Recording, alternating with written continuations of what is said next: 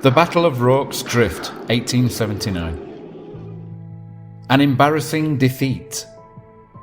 On 11th January 1879, 3 columns of British troops with irregular native levies crossed over the Buffalo River from Natal into Zululand, led by Lieutenant General Frederic Thesiger, 2nd Baron Chelmsford. This first invasion of Zululand by British Imperial forces was done on a false pretext and was without authorization of the British government. Clearly then, this was an ill-considered invasion. Furthermore, the British under Chelmsford had greatly underestimated their pre-industrial opponents' fighting abilities. On 22nd January 1879, the main Zulu impi of 20,000 warriors attacked Chelmsford's camp at Isandlwana. Thoroughly outmaneuvered, the British lost over 1,300 men in what was one of the greatest defeats in British Empire history.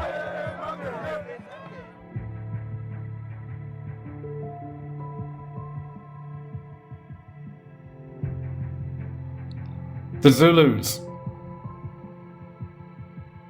In the immediate aftermath of Isandlwana, a 4,000-man contingent of the Zulu impi, led by King Ketshwayo's half-brother Dabulomanzi Kamapandi, marched onto Rorke's Drift, an old missionary post which the British had turned into a depot and hospital. The Zulus were magnificent warriors. Extremely courageous and well-led, they excelled in manoeuvre warfare, having refined field tactics that notably included the horns of the buffalo, in which the chest of the buffalo would pin down the enemy as the horns advanced on both flanks to encircle them. Despite being armed mainly with primitive spears and clubs, they were a formidable foe. The Zulu mainly used a shorter style assegai spear, known as the iklua, which is said to be named after the sound that was heard as it was withdrawn from a victim's body. A wooden club called a knobkerry or iwisa sometimes complemented the spear, and they also carried a shield made of oxhide, an ishilunga. A Zulu impi could also count on a few warriors bearing firearms, mainly older flintlocks but with some more up-to-date rifles such as a Schneider and Martini Henry captured at Isandlwana. The British and Colonial Infantry. The British soldiers at the Drift mainly comprised B Company, 2nd Battalion, 24th 2nd Warwickshire Regiment, along with some Royal Engineers from No. 5 Field Company and a few Colonial troops.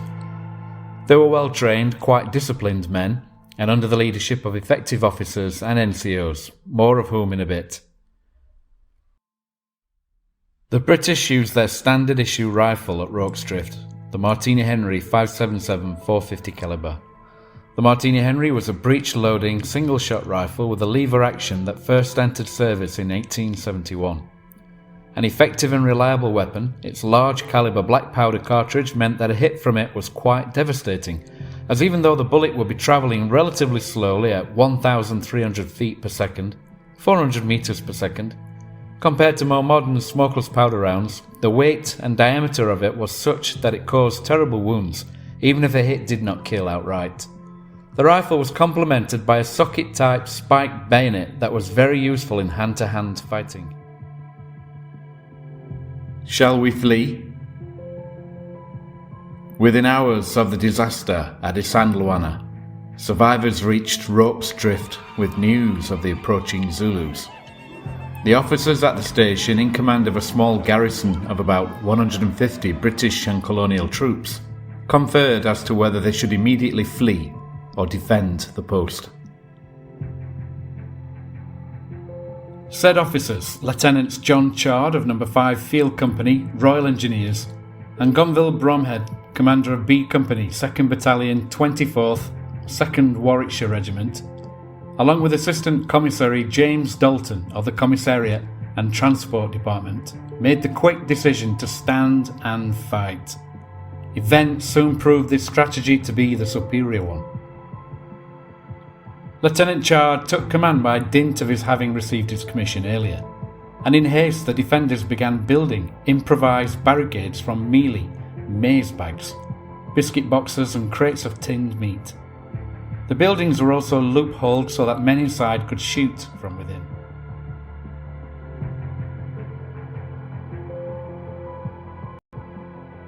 It begins.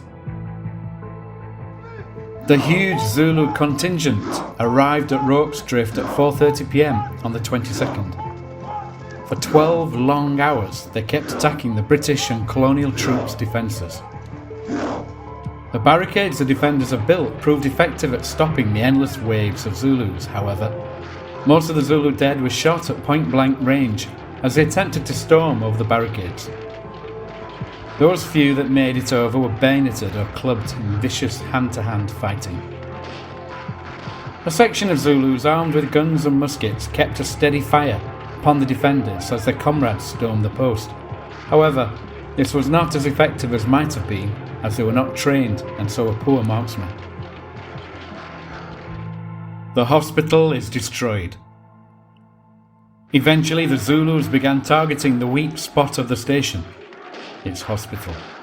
They set fire to the building, infiltrated it and began spearing the patients.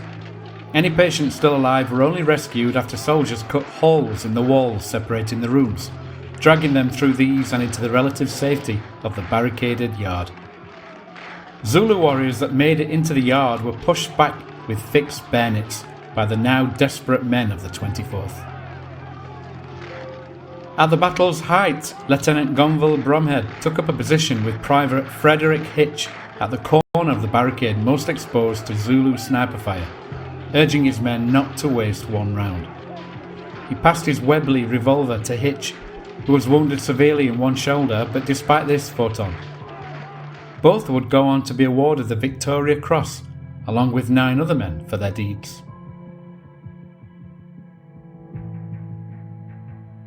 Nightfall. As night came on, the defenders of the post slowly retired to the centre of the station where a final bastion was hurriedly built. The light from the burning hospital assisted the British in their fire. The savage Zulu attacks continued until midnight. After that, the ferocity of the attacks abated. Shooting persisted until about 4 a.m. when the Zulu contingent finally withdrew. By that time, the defenders held only the area around the storehouse. At 7 a.m, Zulus were seen on the hill, but nothing happened. Perhaps they had observed Lord Chelmsford's relief column approaching from the direction of Isandlwana.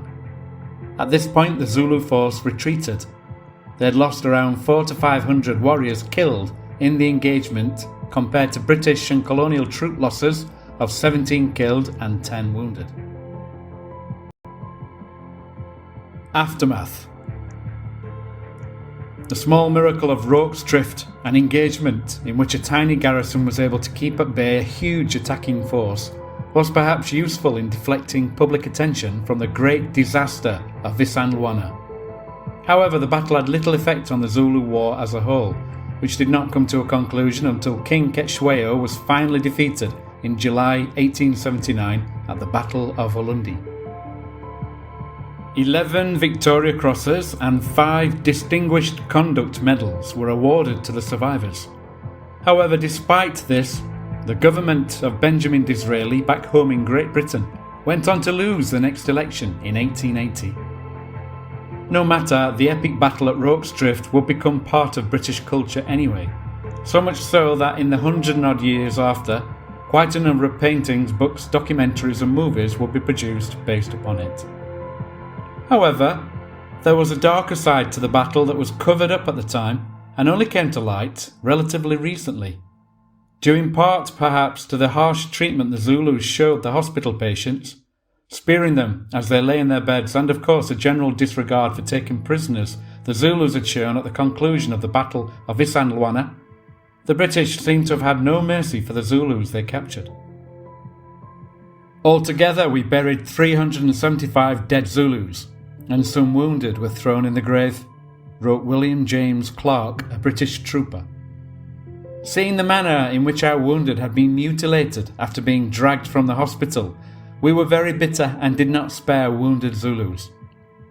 Lieutenant Horace Smith Dorrien, part of the relief force that came on the scene after the battle, later wrote that a frame to dry ox hides was used as a makeshift gallows for hanging Zulus who were supposed to have behaved treacherously in the battle.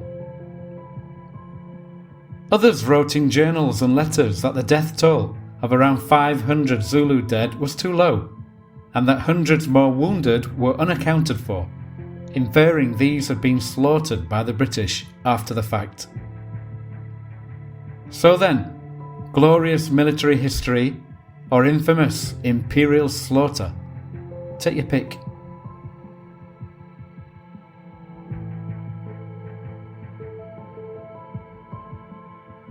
The story of Rorke's Drift, of the brave Zulus and British colonial forces, is perhaps not quite as has been presented through the ages.